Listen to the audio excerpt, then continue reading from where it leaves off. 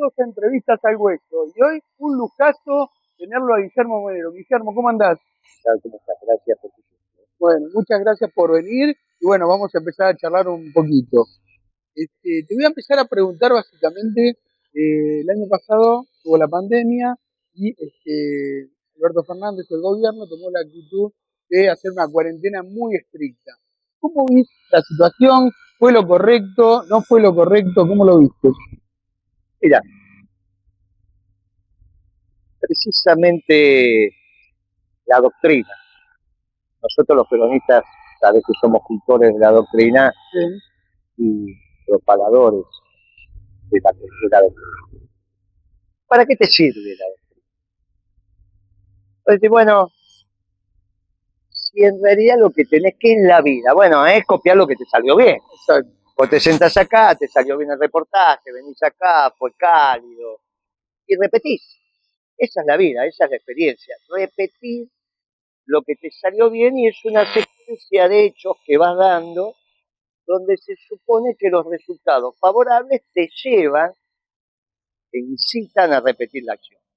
¿Y esto qué tiene que ver? Y tiene mucho que ver, porque el tema de la pandemia, al ser un hecho singular, al ser un hecho novedoso, ninguno de nosotros había vivido una pandemia. Alguna epidemia, seguramente, pero una pandemia de estas características no nos recordamos. Y era obvio que todos los gobiernos del mundo afrontaban un hecho singular, un hecho novedoso. Ahí importa la doctrina, porque la doctrina sirve para tomar decisiones cuando no hay experiencia, porque te da el marco decisional. Por ejemplo, ¿qué dice la doctrina peronista?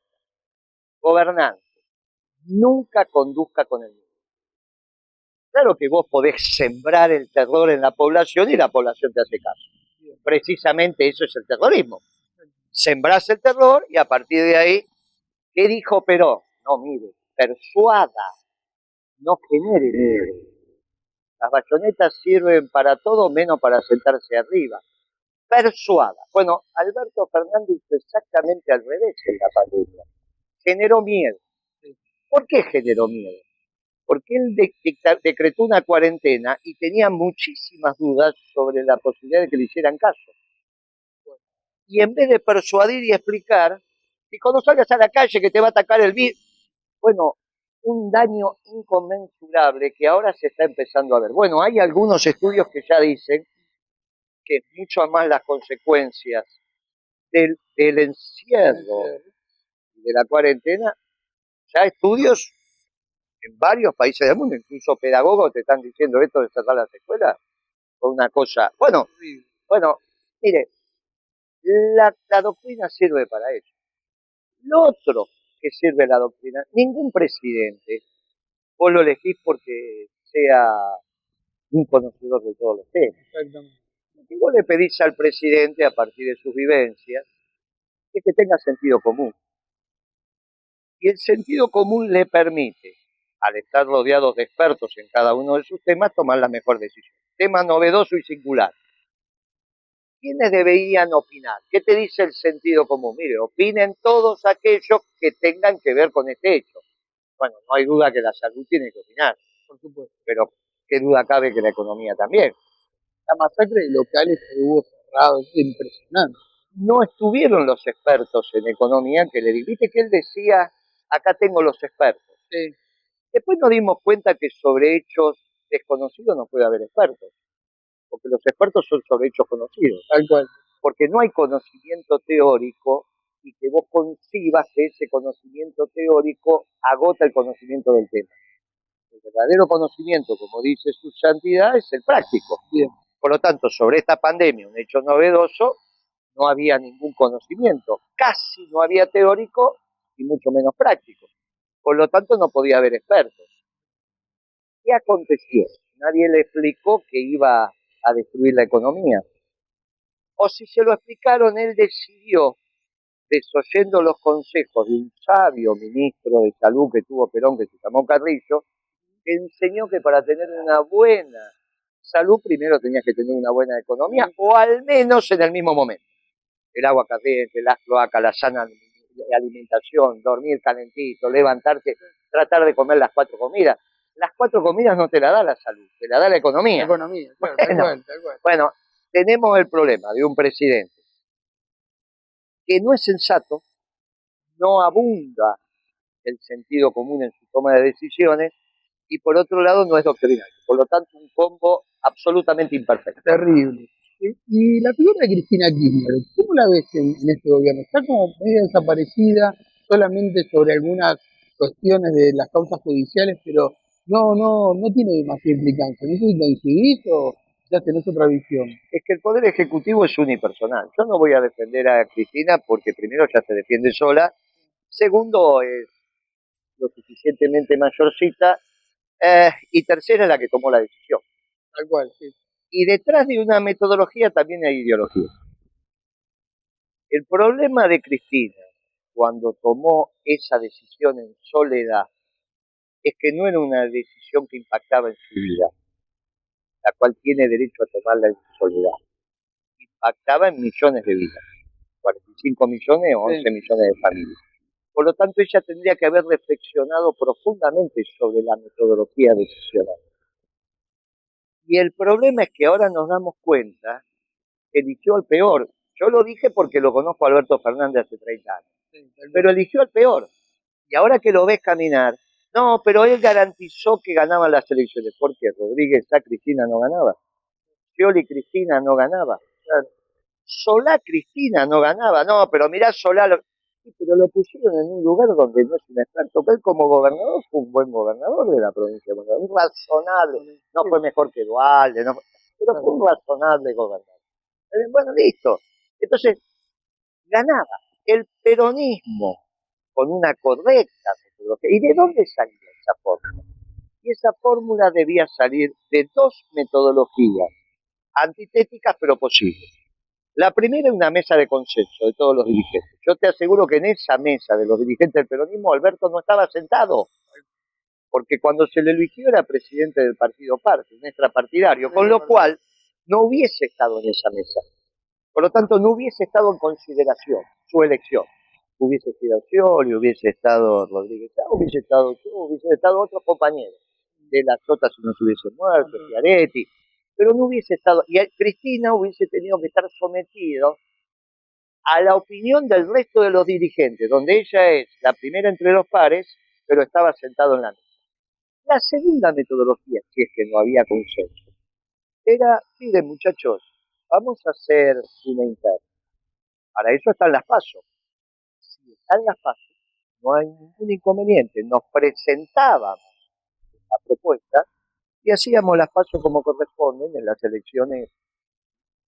Ganaba el que corría. ¿Qué hubiese pasado en ese instante? ¿Qué hubiese acontecido en ese instante? Vos hubieses conocido a Alberto Fernández. Y entonces te hubieses dado cuenta que él era socialdemócrata, no hacía falta que le preguntara a Pontevedra, mire, ¿usted es peronista? No, yo soy socialdemócrata, los peronistas me van a odiar. ¿Y por qué se lo preguntó Pontevedra? Y porque no lo conocía. Claro. Desde el año 2008-2009 que Alberto Fernández no hacía un acto público. ¿Quién lo conocía? Dice, no, pero fue jefe de gabinete de un presidente que no precisaba jefe de gabinete, que agarraba el teléfono y hacía como el Papa, llamaba a él a... Llamaba personalmente. Pero claro, bueno, le llamaba a su secretario, agarraba el teléfono y hablaba. Es verdad que tenía El cuaderno arte, sí. con todas las cuentas, todo. Cuaderno arte ese famoso, sí. Yo nunca lo vi más que cerrado, pero no hay duda que lo tenía. Alberto Fernández, entonces, lo ves como la peor opción que... No, pero lo dije el primer día, lo dije ese sábado que ella lo eligió, no lo digo ahora. No. Ahora ya se está dando cuenta el pueblo peronista. Él estuvo con Caballo, estuvo con un poquito con todo. Sí, claro, sí. Primero fue funcionario de Alfonsín, después, bueno, ya la historia es conocida. Bueno, te pregunto, Silvia, le preguntar un poco cómo está llevando el tema este de la cuarentena. Yo sobre Formosa hay 2, 3, 4 provincias que para mí son las ordenadoras de la doctrina. El Chito es uno de los ejemplos para el peronismo. Para el peronismo, Formosa, San Luis, La Pampa, la propia Córdoba. Es un ejemplo para eso. ¿No ves que hubo un exceso? No, en absoluto. ¿No? No, en absoluto. Bueno, No, en absoluto. bueno, ¿cómo ves hoy Milei? Que tanto... Lo veo bien. ¿sí? Sí, lo veo bien, lo veo. No, me parece que el director, a diferencia de lo que hizo el gobierno de Kirchner, no puso un nombre de carrera. Kirchner puso a Ana Edwin, que había empezado a los 20 y pico de años en el INDEC. Y entonces era una persona extremadamente solvente porque había recorrido toda la grilla. Bueno, pero tampoco es un cargo. Entonces, bien, el INDEC está bien, está haciendo lo que puede en una pandemia, obviamente. No están las presenciales, no están, obviamente. Porque el INDEC siempre trabajó bien. Trabajó antes, trabajó durante y trabaja ahora. ¿Por qué te crees que te criticaron tanto? Pero no, ¿quién criticó? General, periodismo. No, general no. No, por eso está bien, pero es hace parte del juego político. Massa, Alberto Fernández, Morales, saben, bueno, la oposición tienen derecho a elegir un tema. Claro. Y desde el gobierno, si vos sos gobierno, querés que la oposición te ataque por el flanco más débil o el flanco más fuerte. ¿Viste? Entonces el gobierno dejaba que atacaran por el flanco más fuerte, que es la sabia decisión que te conduce. Vos querés que la fuerza enemiga venga por el flanco donde vos tenés más defensa, no donde estás sin defensa. Y el INDEC, ahí está.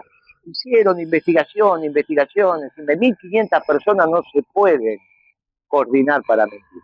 Son las mismas 1.500 personas, salvo las que se jubilaron, ingresaron, que hay ahora. Antes funcionó bien, durante funcionó bien, y ahora funciona bien y va a seguir funcionando bien. Bien. ¿Cómo ves el rol de Clarín hoy? ¿Está alineado con el gobierno? No lo sé. A mí me parece que cumple su rol. Yo no. Clarín es un medio de difusión. Sobre los medios de difusión, estamos en una sociedad profundamente libre y democrática y así tiene que seguir. Nosotros somos cultores de la libertad, no los liberales. ¿Sabes por qué? Porque los liberales, vos cuando lo escuchás a Esper, dicen que el hombre es conducido por sus incentivos. ¿Viste que él siempre habla de los incentivos? Sí. Si vos sos conducido por los incentivos, ¿sos libre? ¿O sos como el perro del experimento que cuando tocaba la campanita iba a comer? ¿Viste que los peronistas somos libres? No son los liberales libres, nosotros somos los cultores de la libertad, no los liberales. Bueno, los liberales dicen que son cultores, pero no lo son. Bueno, Guillermo, en el próximo bloque te sigo preguntando de todo. Seguimos con más entrevistas al hueso. Seguimos con entrevistas al hueso con Guillermo Moreno. Bueno, Guillermo, te voy a preguntar dos preguntas en una. Una, si sos amigo personal del Papa. La otra, ¿cómo ves a Francisco, el papado de Francisco en general? Un concepto general. Mirá, yo soy uno de los pocos argentinos que tuvo el don, porque Dios se lo dio y gracias. De que cuando él era obispo de Buenos Aires, era mi obispo. Y que cuando él pasa a ser el obispo de Roma, también es mi obispo, porque me tocó trabajar 2 años en Roma. Esa es la relación que tomo, nada más que esa. ¿No? Lejos estoy de ser amigo, él es el obispo y yo hago parte de su gremio. El papado de Francisco es extraordinario. A mí me tocó vivirlo en Roma. Mirá, cuando yo llegué a Roma, Maradona era más conocido que el Papa. Caminé bastante Roma con Maradona, así que te puedo asegurar que Maradona es una cosa extraordinaria. Pero cuando me fui ya, Francisco era más conocido que Maradona. Llenó las iglesias y volvió a ser un pastor. Y el hecho de ser un pastor articuló nuevamente su iglesia con su pueblo. Con el pueblo global, no con el pueblo argentino. Tal cual. Nosotros lo entendemos más a su santidad porque habla lo nuestro. Cuando él dijo en Brasil, hagan lío, ¿te acordás en ese encuentro de juventud? Dijo, hagan lío. Bueno, todos empezaron a lío. Vos vas a la Real Academia y dice, conjunto de piezas que es un lío. Un lío es una cantidad. Dice, che, bajame 3 líos. En determinados productos, la unidad de medida es un lío. Ahora, vos te podés imaginar El Papa cuando dice lío no dice una unidad de medida. Tal cual. Hoy ibas a la defensa. ¿Qué quiere decir el Papa con lío? Bueno, lo entendemos nosotros, porque un lío es algo desordenado, algo, pero hecho desde el corazón, hecho con ganas. ¿Qué es lo que nosotros le decimos a los compañeros también? En el peronismo, si se vaya y hagan lío, que no significa, ojo, lío no gana, lío. Bueno, nosotros lo entendemos. El Papa dijo, le dijo a los pastores, le dijo a la juventud, vayan y hagan lío. Los argentinos lo entendimos, hasta que pudimos traducir. ¿Cómo se traduce al italiano lío? No sabía. No. Al portugués, al inglés, al francés, al ruso, al chino. Nosotros lo entendemos. Entendiéndolo al Papa, porque es nuestro Papa, es uno argentino. Sí, tal cual. Alberto Fernández tomó la decisión de lastimar al Papa. Entonces, Alberto Fernández pasa a la posteridad como el presidente argentino que lastimó al primer Papa, americano y argentino. Innecesario lo que hizo Alberto Fernández. El Papa está lastimado y es una herida que le va a seguir sangrando. Impresionante. ¿Pero por qué decís que lo lastimó? Con estas leyes que sacó. La ley del aborto, sí, específicamente. Innecesario. Bien. Sí, ya sé cuánto tiempo más vamos a tener un Papa argentino. ¿Cuánto calculas vos? Ojalá que mucho tiempo. ¿Pero no, cuánto? Pero no mucho, desgraciadamente. Bueno, entonces decime, ¿cuánto? Puede ser 5 años. Suerte. Suerte. Mientras la biología lo permita y su capacidad de trabajo. Tal cual. Bueno, y entonces, ¿qué necesidad tenemos?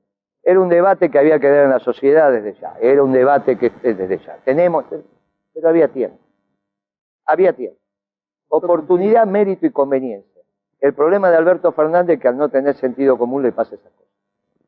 ¿Lo usó básicamente con fines electorales? No lo sé, no lo sé. Es una decisión. Lo que digo que lastimó a su santidad innecesaria.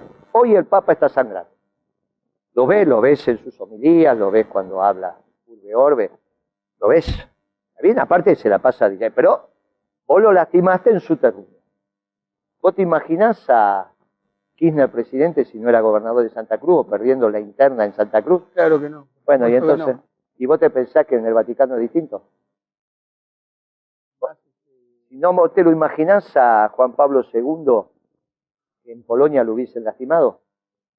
Y bueno, y entonces, ¿qué necesidad tuvimos los argentinos, que somos los que más lo entendemos, de lastimar al hombre más importante que generó este pueblo? Exacto, y con su papado, y bueno, la verdad que... Una cosa, este va a ser un papado extraordinario, ya lo es, pero se va a revalorizar cuando no lo tengamos, y no te digo los argentinos, ¿eh?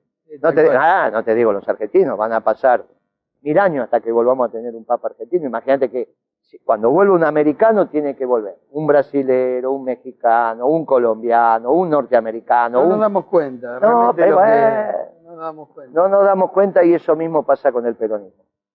Tenemos la doctrina más extraordinaria y tenemos algunos acá que todavía osan hablar mal del peronismo. Guillermo, ¿te vas a presentar en las próximas elecciones? Sí, claro. ¿Me puedes comentar un poco el partido de ustedes? Los compañeros después de la experiencia que tuvimos en las últimas pasos que se prohibió, porque solamente hubo una lista, porque se armó un reglamento electoral que te impedía presentar otra lista, porque de los 33.000 avales que había que juntar, 16.500 tenían que ser del Partido Comunista, Nuevo Encuentro. Yo no sé ni dónde viven. Por lo tanto, ante esa experiencia, y que se va a volver a repetir, porque si eso pasó en el Partido Justicialista siendo oposición, imagínate siendo gobierno, entonces decidimos hacer otra herramienta electoral del Movimiento Nacional Justicialista que se llama Principios y Valores, y los compañeros me han pedido que encabece la lista de diputados nacionales de Buenos Aires, cosa que gustosamente vamos a hacer, en un espacio típicamente peronista, doctrinario, donde le vamos a decir a los compañeros, no voten más gorilas como Macri, y no voten progresistas como Alberto Fernández. Ni la lista de los progres, ni la lista de los gorilas.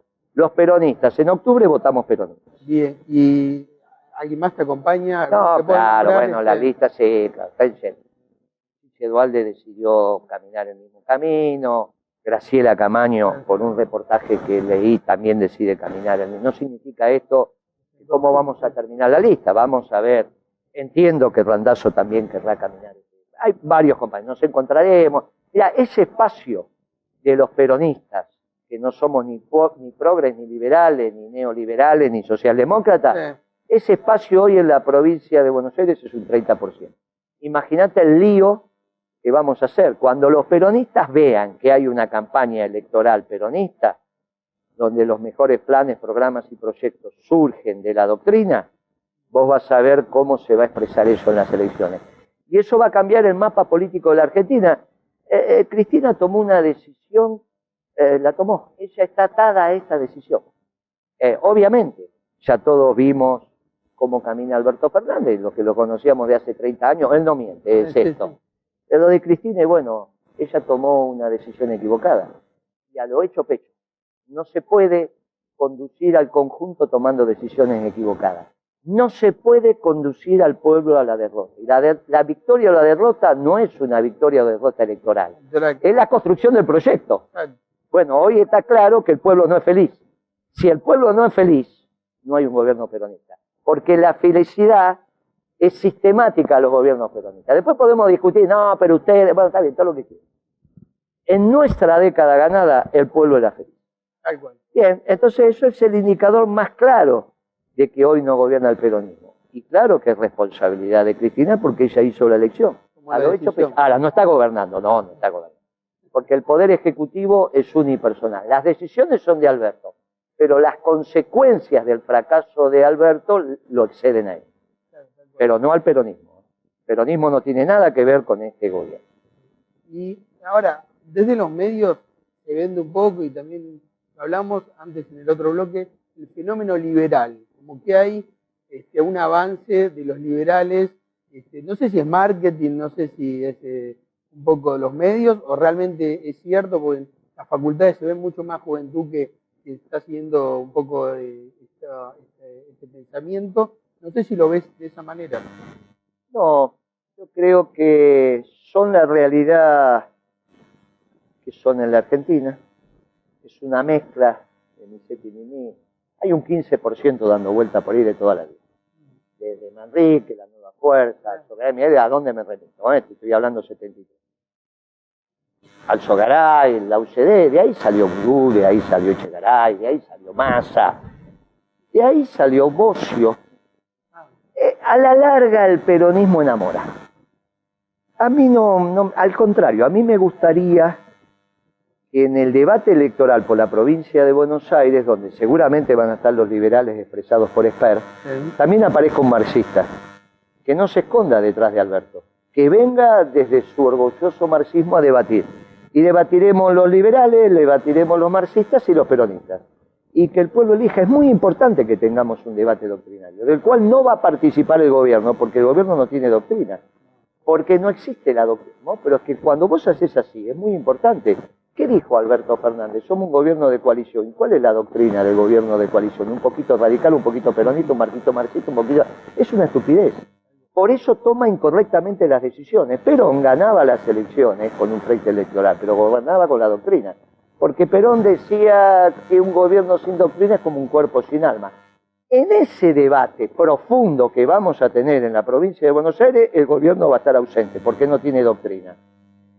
Pero también la elección tiene que ser, el debate electoral tiene que ser un debate divertido.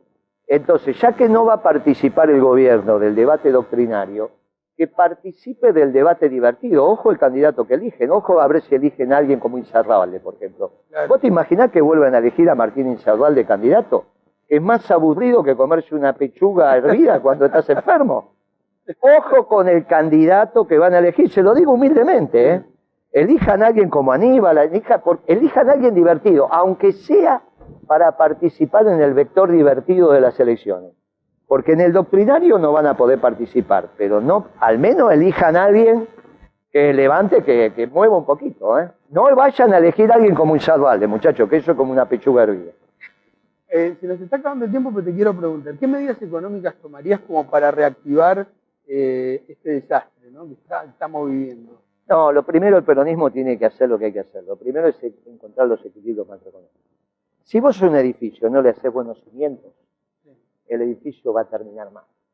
Claro que cuando vos haces los buenos cimientos y los tapás, nadie los ve, pero los cimientos están. Entonces vos entras acá, en este hermoso salón que estamos, y vos decís, qué buen gusto el decorador de interiores, mirá qué bien.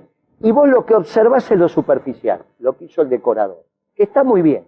Ahora, no hay trabajo de decorador si no hubo trabajo del que hizo las zapatas del edificio, del que se embarró, el que tiene callo en las manos, el que se lastimó. Claro, después eso vos lo tapás y no te acordás más. Es que es la diferencia entre el agua corriente y las cloacas. ¿Qué es más importante, el agua corriente o las cloacas? Y vos me decís, no, el agua corriente, claro, que se te tapen las cloacas en tu casa, a ver cuánto tiempo durás viviendo en las cloacas, con las cloacas tapadas. Bueno, miren, las dos cosas son importantes, las cloacas y el agua corriente. Claro que las cloacas, naturalmente, no es tema de conversación. Y entonces conseguir los ajustes macroeconómicos, que significa superávit fiscal primario y equilibrio externo, que es lo que hizo Duhalde y después continuó Kirchner, de eso no querés hablar. Sale más, administremos el comercio, hagamos esto, creamos... Claro, nadie inaugura el superávit fiscal promedio. ¿Vos viste alguna vez un acto de inauguración del superávit fiscal promedio? Cuando nosotros en el gobierno peronismo hagamos un acto para conmemorar, festejar, que alcanzamos el superávit fiscal primario, vas a ver cómo de ahí en adelante todos los gobernantes van a querer superávit fiscal primario. Pero lo primero que tenemos que hacer es explicar la importancia de las zapatas del edificio. Y esto te lo explican cuando vos vas teniendo experiencia, porque te das cuenta que después tenés una declaración extraordinaria, pero se agrietó la pared. Y viene el maestro mayor de obra y te dice, ¿pero quién hizo los cimientos de esta casa? Y vos decís, y hay que hacer los cimientos bien, hay que hacer las cloacas bien. Nunca pijotees material en las cloacas, pijoteá con el decorador de interiores, pero las cloacas siempre hacerlas como hay que hacerlas, y ahí no vas a tener ningún problema. Guillermo, muchas gracias por venir, te agradezco mucho por la nota y en otro momento te vamos a volver a reportear. No, gracias a vos por la entrevista. Y no se olviden que los días más felices fueron, son y serán peronistas. Y bueno, y nos despedimos hasta la semana que viene con Entrevistas al Hueso.